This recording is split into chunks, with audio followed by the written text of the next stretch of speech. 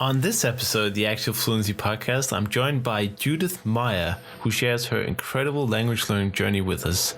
We also talk about how to learn languages in general, and at the end of the show, Judith shares a secret for those who are attending Polyglot Berlin.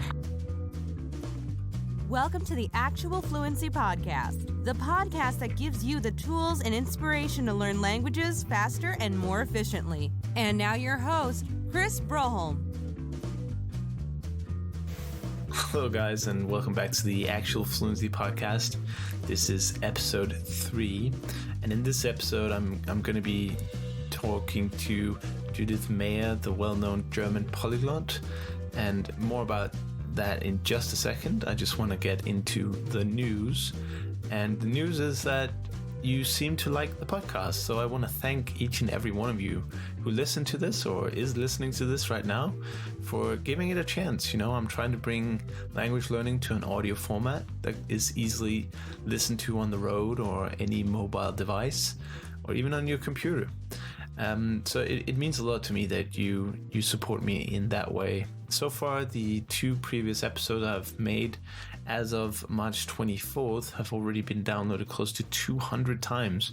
So obviously, baby steps. I know it's not, to some people, 200 might not seem like a great success, but to me, just having one extra listener apart from myself means the world to me, because hopefully then I can influence and inspire and motivate at least one person to, take the plunge and just keep working at it, because I know that language learning can be tough sometimes. It's kind of a solitary thing for many people, where you sit and you do your Ankis or your memorizes and you listen to audio tapes, and I mean you obviously need to get out and practice your languages as well.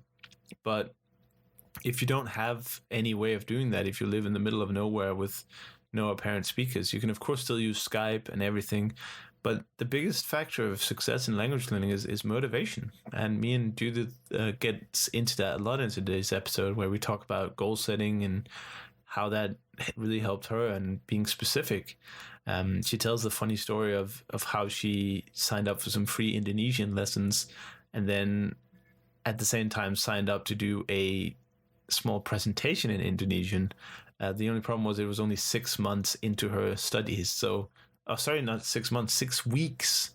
So, I mean, she's an amazing personality and she has a lot of good stuff to share. So, without further ado, and I will be, by the way, she's hosting the Polyglot Berlin conference in June, where I will be attending, and I'm looking forward to that a lot. And we also mentioned that at the end of the podcast. So if you are planning on going, then do listen in for there's a special Actual Fluency announcement where Judith reveals a little secret that she hasn't revealed to anyone else yet. And it's going to be a great fun. So without further ado, let me bring you today's interview with Judith Meyer.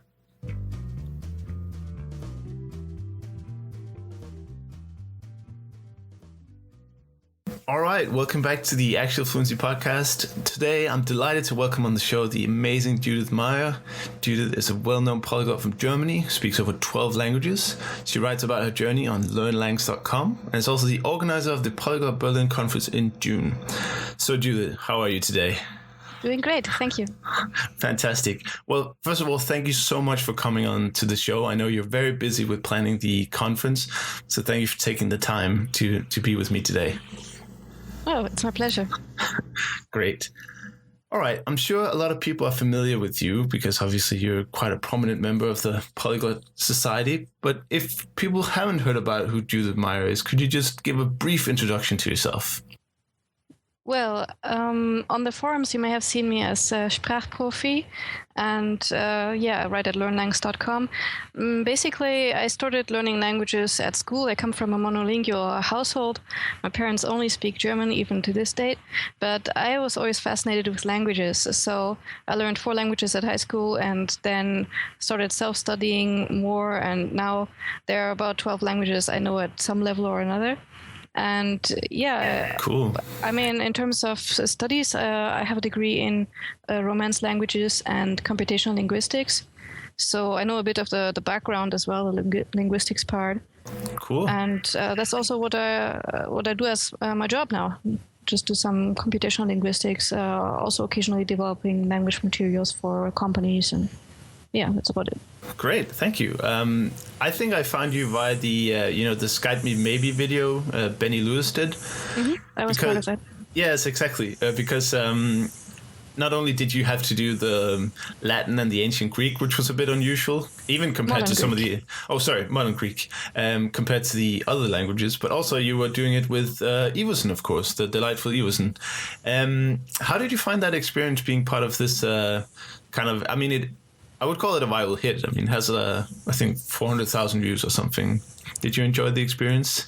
Oh yeah, it was an interesting experience. I came to it kind of late because I'm shy, I must admit. So I was like, get on there and video and sing. I'm not a good singer, and so I kind of joined late. But Benny found space for me, and it's actually perfect because I would have done Latin and Greek anyway. Awesome. I mean, you're a better singer than Benny, though. Don't tell him that, though. Don't tell him I said that. I think you might hear it. Yeah. Oh, there's a chance. Yeah, definitely. So yeah, if we, I guess you talked about you learning a lot of languages in school, but where it all began was really at you had this fork in the road at age 12. You had the option to choose either Latin or French, right? Yes. Well, actually, I started learning languages at the age of 10. I had to learn English. And then at 12, the German school system, at least in the area where I grew up, has everyone choose between Latin or French, and you have to do one or the other. And I chose Latin because I thought I might want to learn other languages in the future, and then Latin would be helpful for me. Yes, and forgive me for forgetting about for English, but I mean you're a completely native speaker in English, and I'm a English as secondary learner as well. So it's easy to overlook that that's actually a language that we at some point learned. But of course, being from Denmark and Germany, that's part of the high school curriculum for a very early age now. So. But you say that you chose Latin because you might want to learn more languages. That sounds like a very informed 12-year-old in my world. I mean, when I was 12, I was interested in Pokemon cards and football, I think. So is that something that came from somewhere, or did you just, I might want to learn languages? Yeah, I don't know how I first got into languages really, because as far as I remember, I was like creating secret codes or secret alphabets, secret languages. I was reading books about, well, it's not linguistics, really popular science kind of books about linguistics, like covering where languages come from and how future languages might work and things like that. So I definitely had an interest in languages for as long as I can remember, and that's kind of that influenced my decision. And a little thought experiment. Do you think that you would be different today if you started with French at 12? I say started, but if you picked French at your age 12 rather than Latin? I don't know. I mean, Latin has given me a completely different appreciation for words and stylistic devices and what's going on really, because you don't study it like a natural language, like a living language. You have a much more introspective view of the whole thing. So I don't know. I think I would have still started learning other languages and probably gotten quite good at it too. Right. And we'll get back into the Latin discussion later because I have a funny story I want to share. But if we move on a bit, fast forward 2 years, you get to Esperanto. And of course, you're a big proponent of Esperanto. I see you're very active in the various Esperanto communities and meetups. How did that make a difference? Because I know you really say that learning Esperanto is probably one of the best things that ever happened to you. But can you maybe explain that in a sentence or two why that is? Well, it's because of the community. Through Esperanto, I really got to know people from around the world, and people who are also interested in languages. That was my first exposure to the language learning community, to people who are as crazy as I am. And it made me feel good about myself, and it gave me the courage to start on other languages, and also the support that I needed to start on other languages. Fantastic. And how important do you think, I know it's a leading question, but how important do you think confidence is when you approach language learning? I think it's quite important, especially when you want to self-study. Obviously, I was very fortunate that at high school I was able to study 4 languages, but Esperanto was the first language that I studied on my own. And before that, I never thought it possible. I never even had the idea that I could be studying a language on my own. But here I found a self-study course, receive lessons by email, send the answers back and get the corrections. It's all for free even. And this way I learned Esperanto, and it gave me the confidence that I started to think, I could learn any language on my own. And that's when I started to study modern Greek and Mandarin on my own, which are of course completely different things, but yeah, a little bit. Yeah, it's definitely very helpful to know that it's possible to learn a language on your own. Right. You have to make that experience somewhere. Otherwise, you're going to stick to language lessons. I see that right now. I'm taking some extra lessons in Chinese at a local cultural institute, and really? My classmates basically only learn during class because they don't know how to self-study. They don't know it's possible, and I think they could really benefit from having this confidence that, yes, the class is there, but they themselves are responsible for their language learning, and they themselves can actually achieve something. Right. Yeah. And of course, that's part of, my motivation to write about my language learning, because I'm very much like, Benny, where school didn't provide me that much. I was fortunate enough to grow up in a bilingual, trilingual country, but the school that just didn't provide me with a lot. So I felt like, well, I can't learn languages, so why even try? But getting to know someone like you and indeed producing this podcast can hopefully inspire other people to, or at least just inform them that it's not impossible and you can do it on your own. You don't need, expensive courses on very nice universities or anything. You can do it on your own if you really want to. Definitely. So that brings me on to another point. What is it that drives and motivates you to keep learning? Because you talked about why you wanted to learn Latin in the first place, in Esperanto. But how do you find that motivation? Because obviously learning 12 languages is quite a bit of work, either way or the other. So how do you motivate you in putting more work in and keep going with it? It's mostly because I have concrete goals with the languages. Like for Chinese, I hope to have this huge stack of Chinese books that I brought back from China that I want to be reading. So obviously I have to work on that. and reading Chinese, of course, not the easiest thing you've ever done. No, but it's getting there. I've been at it for 10 years now, so I can read some books. So. I'm looking forward to getting into that world of Chinese characters. For other languages, like Indonesian is my most recent edition. I started it last year, and for that it was just a matter of what if. Right. I don't know.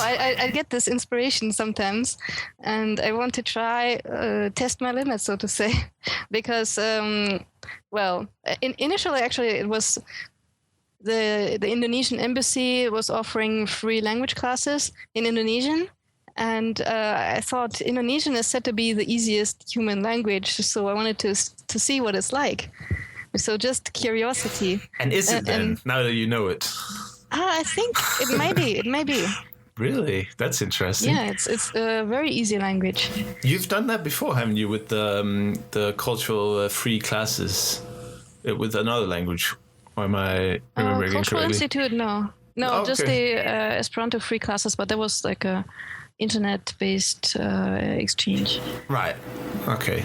Well, that's great. And the motivation, I'm using that very same trick, and I may have bitten off more than I can chew. I decided to set it as a goal to learn Russian before the conference. So that's a little over 3 months. So I think I need to work a little bit harder than usual to achieve that. But having that specific date cannot be stressed enough how much it helps in your daily motivation. Because I just imagine myself walking into the conference and somebody on their badge has written Russian.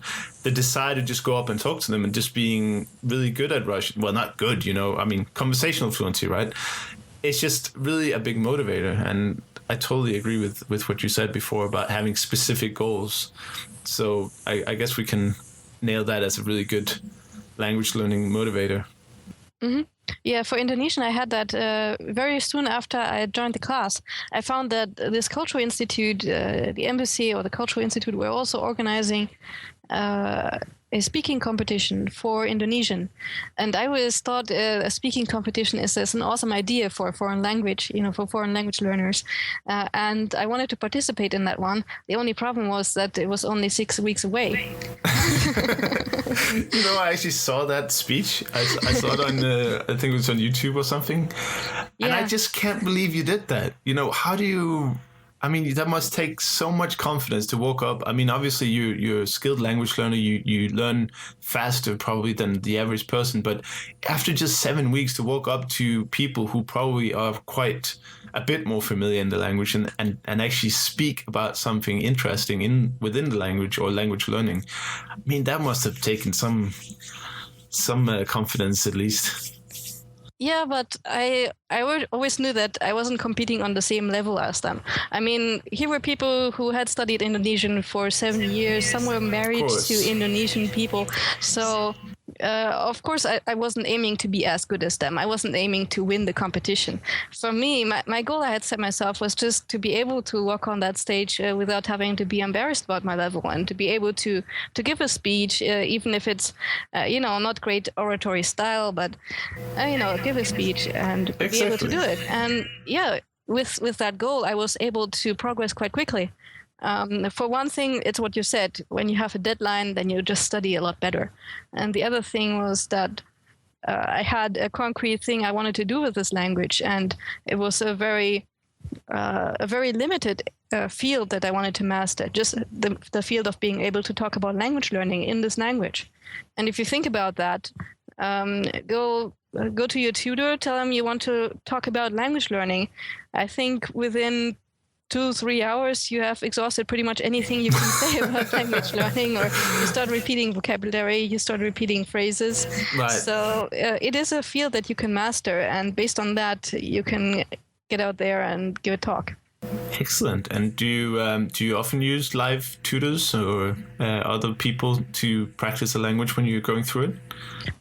I use them more as a check or for practice, really. I do most of my study in self-study because that's how I learn best, is when I have some quiet time to myself, a good book, maybe a good online course. And then I book a lesson with a tutor via italki, online on Skype. And the idea is to answer any questions that I may have had in the meantime, and also just to practice what I learned. Right. Also to practice conversation. I often book lessons with tutors because my conversational ability is still not up to par, that I don't want to ruin a good friendship by trying to speak it to my friends. Right. You don't want to bother them too much. Yeah. That's what you're trying to say. Yeah, I pay people to just listen to me stumbling through the language and giving me help and making it so that I can speak the language more fluently and better with the native speakers. Right. I think that's a fantastic service, by the way, italki. The prices as well. It's some of the tutors you can get for, a third or a quarter of minimum wage in Denmark at least. So yeah, it's because of the international outlook. Yeah. I had a Spanish tutor for a few hours just to brush up on my Spanish, and she said what she earns there for an hour is about a day's wage in her village in Spain, in Mexico. Wow. Wow. Yeah. Well, then that's a win-win for everyone, right? Yeah. It's fantastic. So I guess we're really approaching the kind of the how to learn a language aspect that I like to bring up in the podcast. Mm-hmm. And you've already touched about some of the aspects, but let me ask you this question that I like to ask. If you had to start learning a new language tomorrow, a completely foreign language that you have never heard of or don't know anything about, I know that's getting harder and harder as you learn more languages, but what would be your kind of condensed way of going about it, your specific way? What resources or books would you get right away? Well, it depends a bit on my goal. If my goal is more conversational or more reading, because I learned quite a few languages with the main goal of being able to understand some book or some essay I have to work with. Well, let's start with that then. Let's just take a step back then. When, Benny Lewis always talks about this conversation and fluency, but do you have different goals for each language? Oh, definitely. Oh, really? Because I don't really get to speak many languages. I'm not so immersed in the international communities here in Berlin. And a lot of times I just want to be able to read some books that I bought or to research some things on the web. With Greek, for example, my goal is mainly to be able to read Greek newspapers, see what they're saying about the situation, how they're displaying Germany, things like that. So with every language, my goal is a bit different. When there's an actual trip coming up, of course, I'm practicing a lot of touristy kind of phrases. When the Polyglot conference is coming up, I practice speaking about just about anything. Right. But apart from such concrete goals where I know I'm going to be speaking the language, I often study in order to be able to read or to understand the radio or understand videos. For Japanese, also had a special goal because I'm very interested in the Japanese game Igo, or in Chinese it's called Weiqi. It's an ancient strategy game. It has existed for more than 4,000 years, and basically all the best resources in it are in Japanese or Chinese or Korean. So I wanted to be able to understand commentary on Go games. In Japan, they have entire TV programs dedicated only to Go, like TV stations only broadcasting about Go. Wow. So I wanted to be able to understand that. So for Japanese, my main goal is understanding, listening comprehension.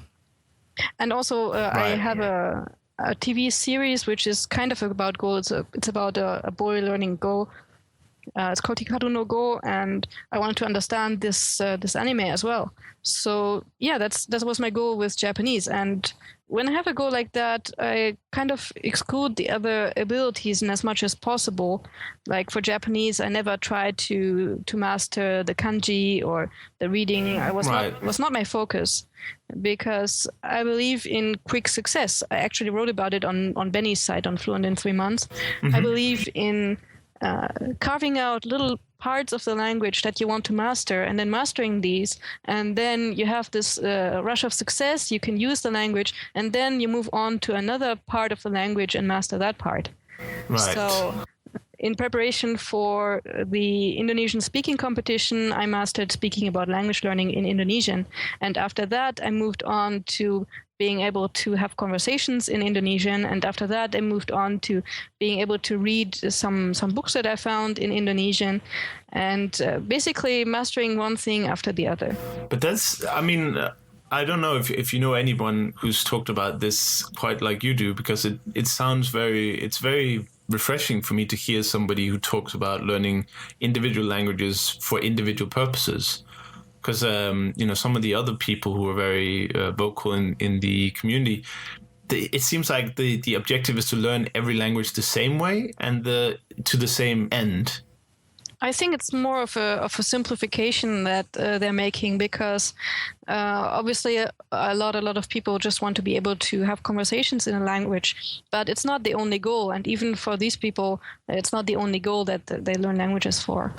Well, maybe it's just because they don't talk about the nitty gritty a lot. But I think that's a really great way, again, coming back to the goal setting, because if you can, like you say, if you can learn how to watch an anime in Japanese, then bridging the gap between that and the other parts of the language is definitely way more manageable than if you just set out to learn Japanese as a whole unit, including the speaking, the writing, and watching the anime, listening to the radio and the newspapers.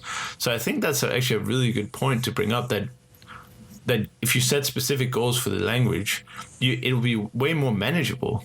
Because if you just say, I want to learn Japanese, well, where's the focal point? Where's the grip to reality, so to speak? If you just want to learn Japanese, to me, that's not enough motivation. I mean, I'm learning Russian, for instance, because I want to talk to people who play this video game that I play. I mean, similar to your Go game story. So I guess that's what we can take out of that, is that get a grip in something that interests you or you want to use it for. And that could be just conversation, or it could be doing a speaking competition, right? Yes, and with Japanese and other exotic languages in particular, it's really valuable to have a smaller goal. Of course, mastering Japanese would be a dream for me too.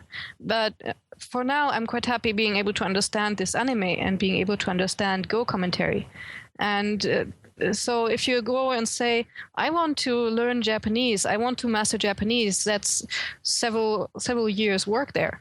If you say, I want to be able to understand this one anime, that might take you only 30 days. I wrote about it on my LearnLangs blog, 30 days to understand your favorite TV series. And then you understand one TV series, you can go from there and learn how to understand another TV series, or you can go and learn conversational skills, master the language bit by bit.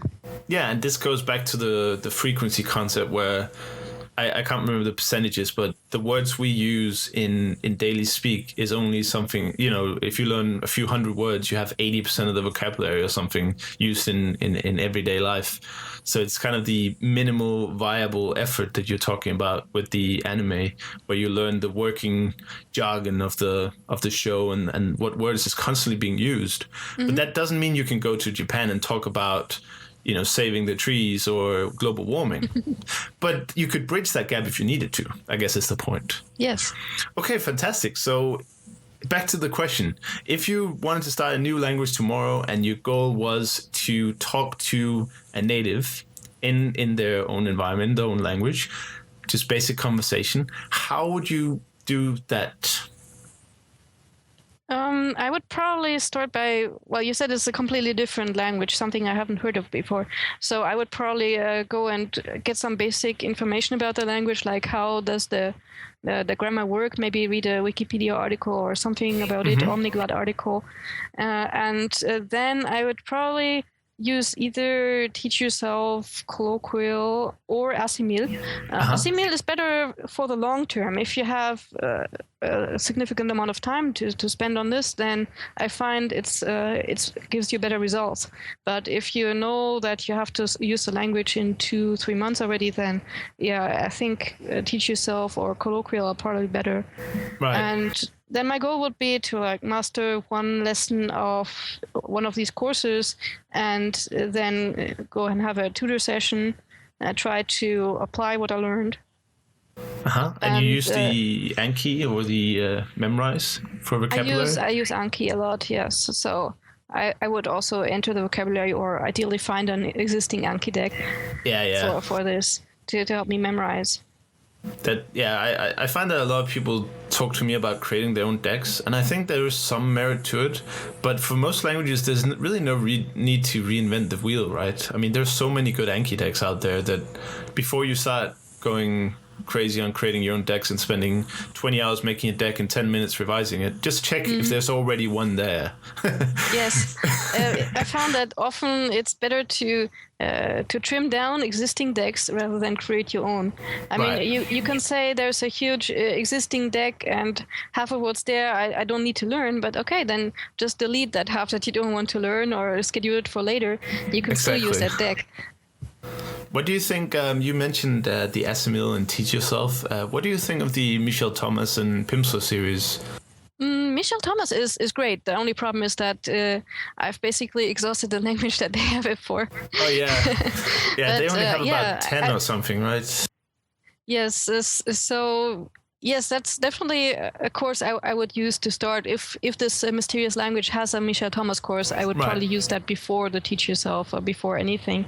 I really like his method. As for Pimsleur, no, I cannot bring myself to listen to it. I don't learn very well from auditory resources, but Pimsleur is just going too slow for me. Yeah, and it's like sentence by sentence and then even, I mean, the first lesson in Russian almost had me want to kill myself. I mean, it was like, Извините.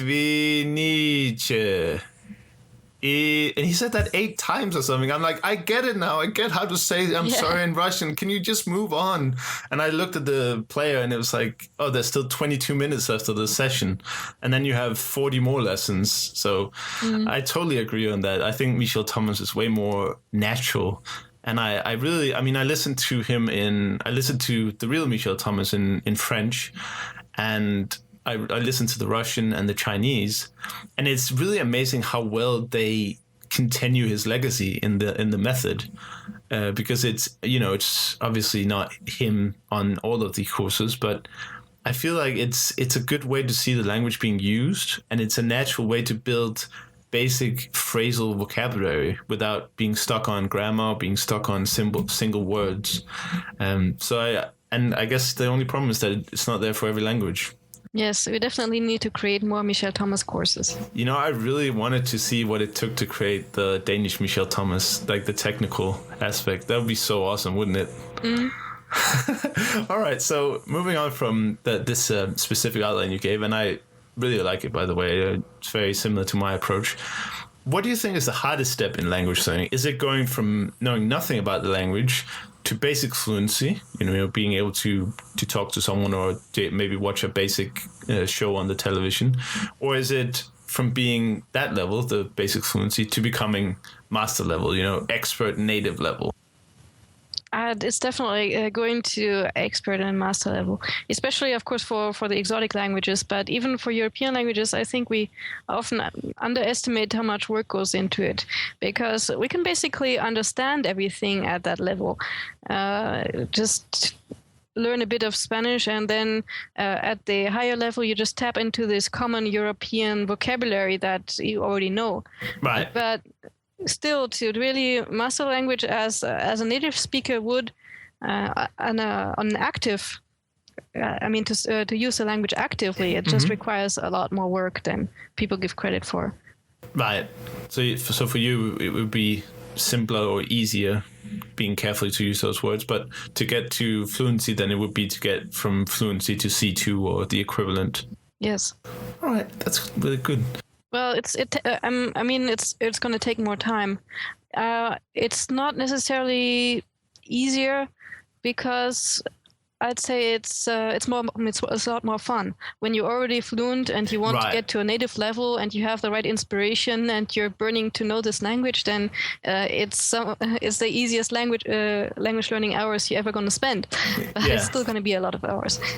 Yeah, being able to watch the television shows without having to look up in a dictionary all the time, or listen to the radio, read the newspapers, that would be possible at a B2 level or whatever. And so even though it takes longer, you saved from getting to fluency, or from fluency to mastery, it's still a more enjoyable process. I mean, right now I'm in the beginning of Russian, and I can't watch anything in Russian and understand the meaning of it. I can understand words, and I'll hear words that I know, and I still watch Russian to get the, learn the sounds and try to practice the pronunciation. But I would enjoy shows in Russian if I could understand the meaning way more. So you said that you studied quite a few languages in high school. Yes. And you've obviously been highly successful. So why is it that other people are not highly successful in a classroom environment? Do you think it's this independence you had when you started learning languages, or is there some other factors that makes this difference? No, I wasn't very independent at the beginning, and to some extent I never was for the other languages. Okay, I can tell you, when I started learning English at high school, I was quite bad. I had D's and then C's, and then I started to talk to people online about the third year in or so, and my marks improved radically. So that was obviously a case where independent study of the language really helped, or just having a useful language, being able to speak it definitely helped. But then with Latin and French and Italian, at the time I wasn't using the languages outside of high school, and I still managed to learn them quite well. So in that case, I think it's more of a case of having good teachers, having a good school system that actually focuses on the right kind of things. I heard from a lot of Americans, for example, that language teaching in America is just it's dreadful. The teachers often don't know what they're teaching, and Really? then they give you word lists that you have to learn by heart. And Oh my God, so that's I awful. think that I was also very lucky to be at a school where the teaching was generally quite good, and actually all of my classmates did quite well. Oh, really? So I totally agree with the fact that the subjects you had in school, particularly when you were a bit younger, the ones you did the best in usually had teachers that you maybe not liked necessarily, but you definitely enjoyed their teaching. Mm-hmm. And I think so for you, it was you had good teachers and you had a high interest in it as well, because obviously you need a bit of both. You can't just have good teachers and sit back and I'm going to learn this by doing nothing. There's hard work in it. So with that said, I think it's time to talk to you about non-organic languages like Esperanto, or constructed languages as they call it. Funny story, when I first read the term con language, I thought it was a language used by criminals in prison because, cons.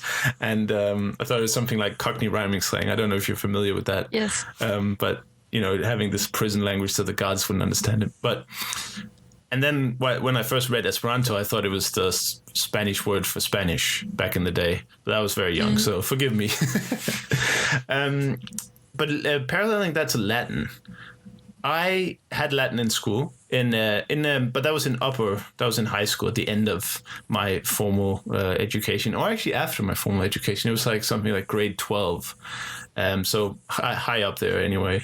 And we had an introductory course of Latin, and I hated it because I really like the practical aspects of a language and how to use it. And when the teacher told me, there's nobody that speaks it anymore, in a daily life, and maybe you can read a Bible here and there. Again, going back to the quality of the teacher, that didn't quite motivate me. So the big question I have for you, and you can take time on this, why should I learn Latin? Or why should anyone, for that matter, learn Latin? And what has it given you?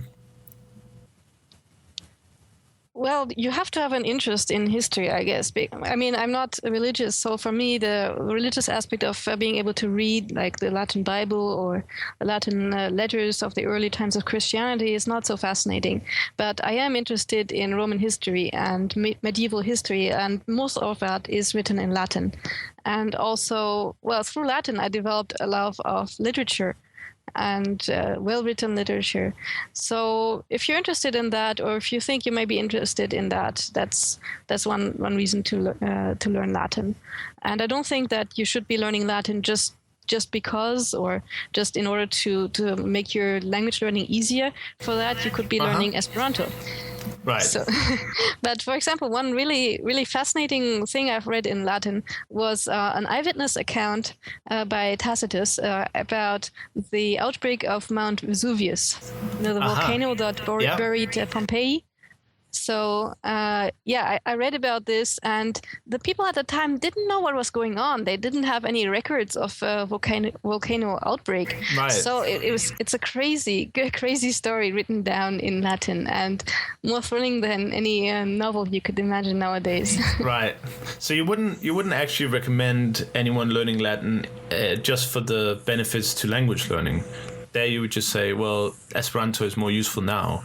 Yes, if they could be convinced to learn Esperanto, I would definitely prefer Esperanto for that. I mean, Esperanto gives you the same kind of logical base as Latin. It teaches you about grammar. It teaches you about grammar in a very regular way that is easy to understand.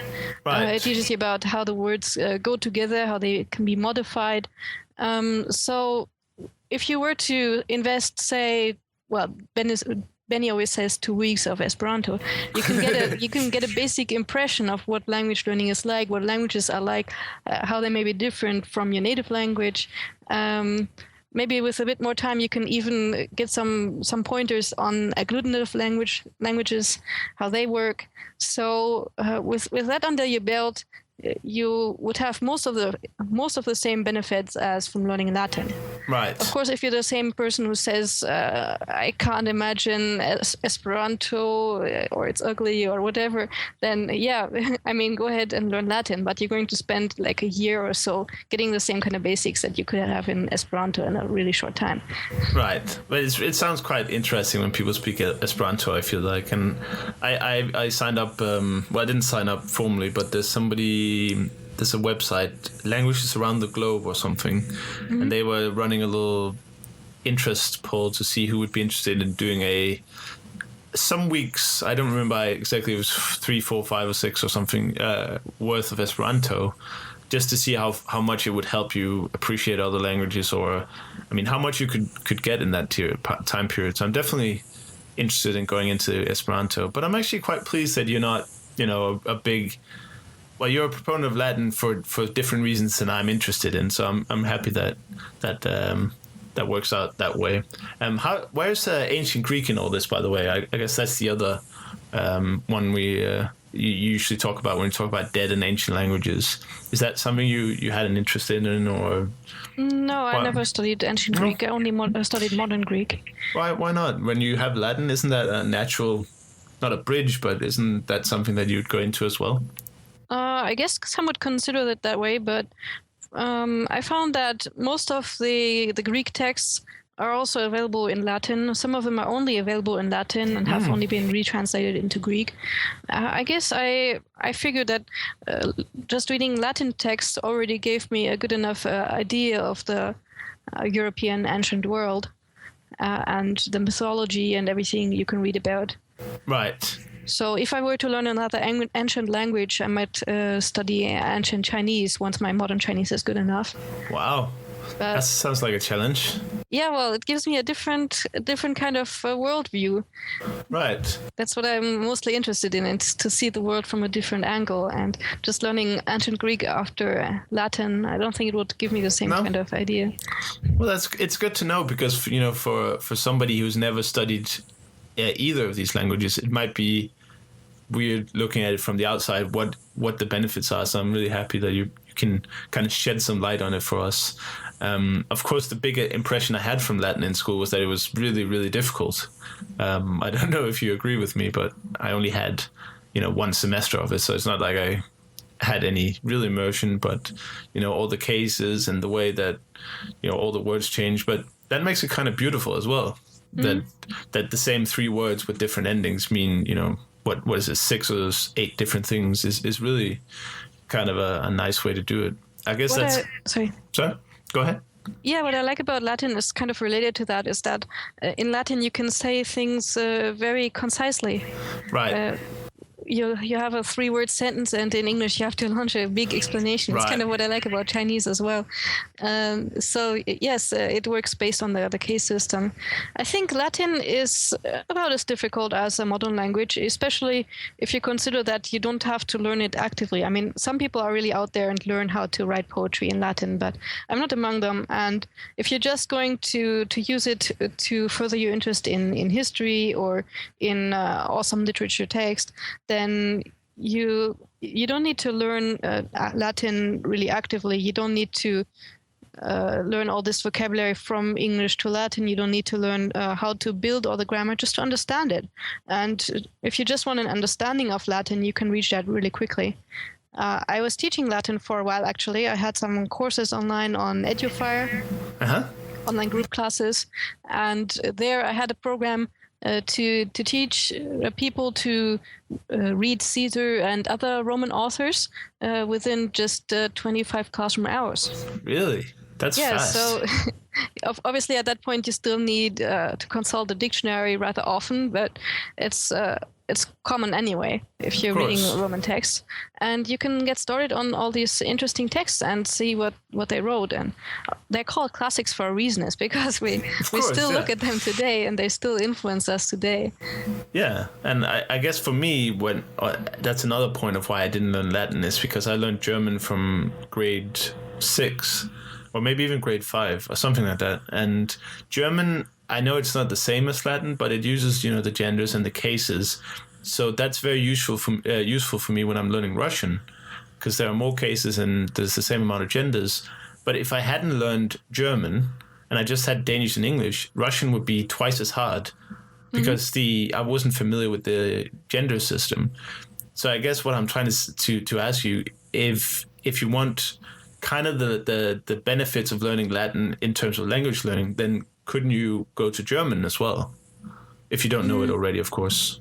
Not really. I mean, yeah, German will teach you about the case system, but it's used completely differently than in Latin. Because in German, it's basically useless. The cases are useless. Yeah, I'm saying it, because every information that you need is already encoded in the sentence in a different way. Right. Now in Latin, that's not the case. You really have to look at the words in order to understand what's going on, and you look at the cases, and it allows you more freedom of expression. It allows you to write things that just cannot be translated nowadays. But in German, no, it's just a relic that is not particularly useful for anything. We must create new German. It's definitely the problem with the genders, isn't it? Because one thing is finding out what is the gender of a word, and then what is the correct ending for that gender. Danish luckily only has 2.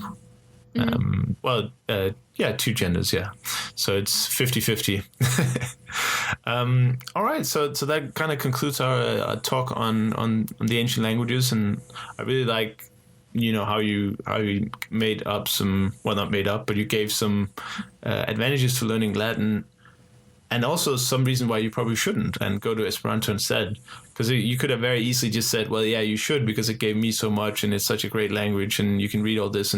But I really like that you balance the argument that way, so people don't, automatically fly to Latin and get disappointed if that's not what they're after, the literature and the historical context. So before we wrap up here, and Judith, I could talk to you all day, and I'm looking forward to that in Berlin, if you'll let me.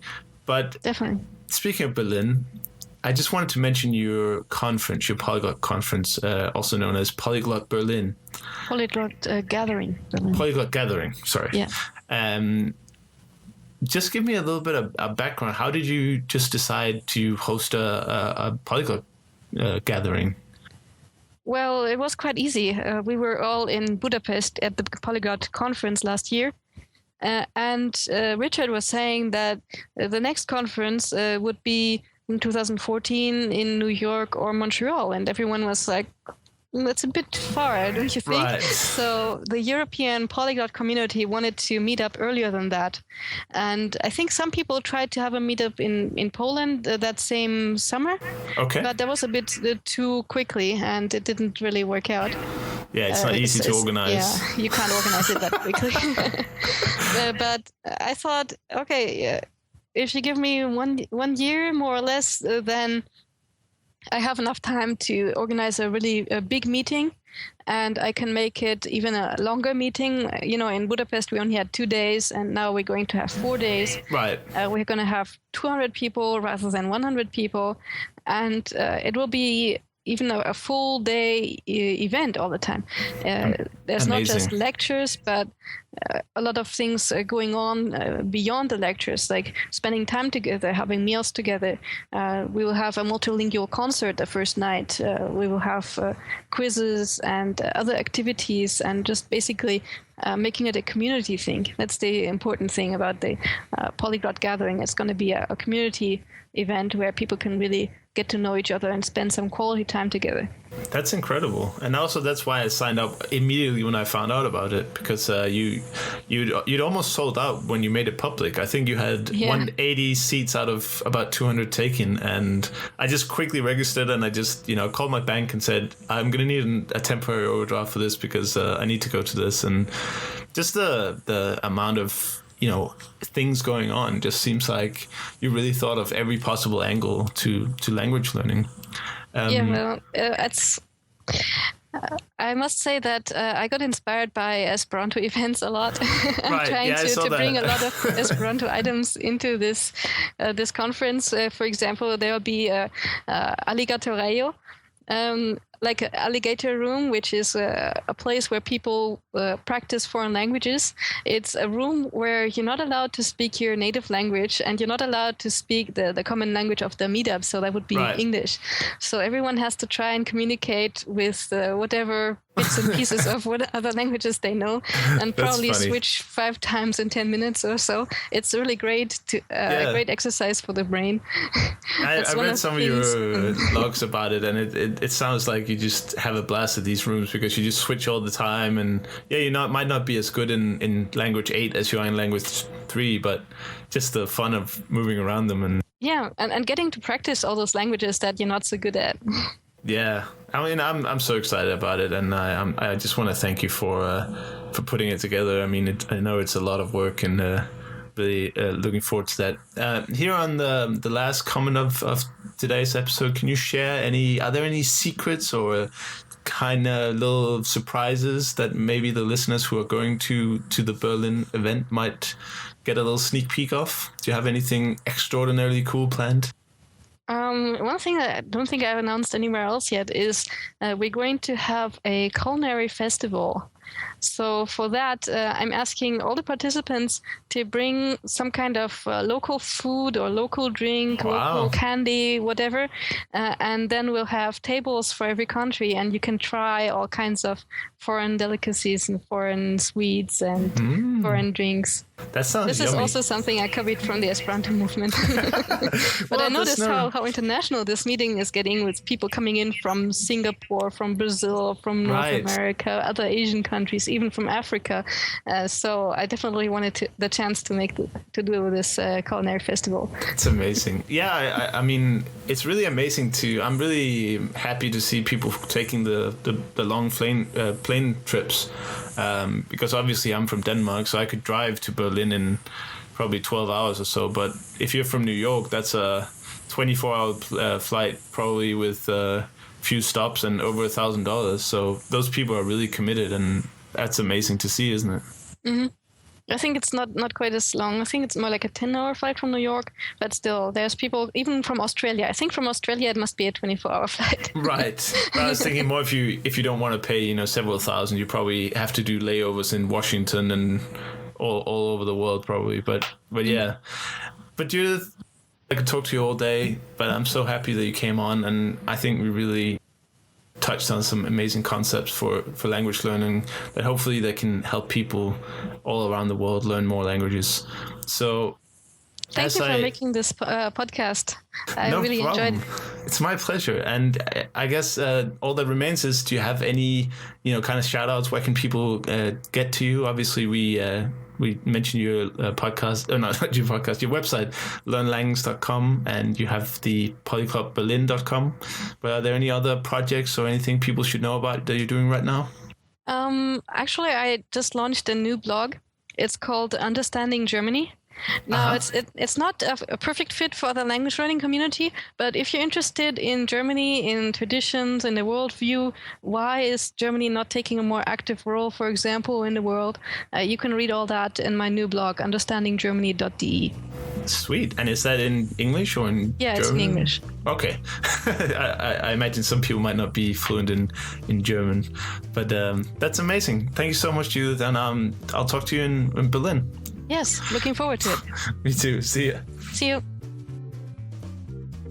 Thank you for listening to the Actual Fluency Podcast. For more information, be sure to check out actualfluency.com. Until next time, enjoy learning and have a great day.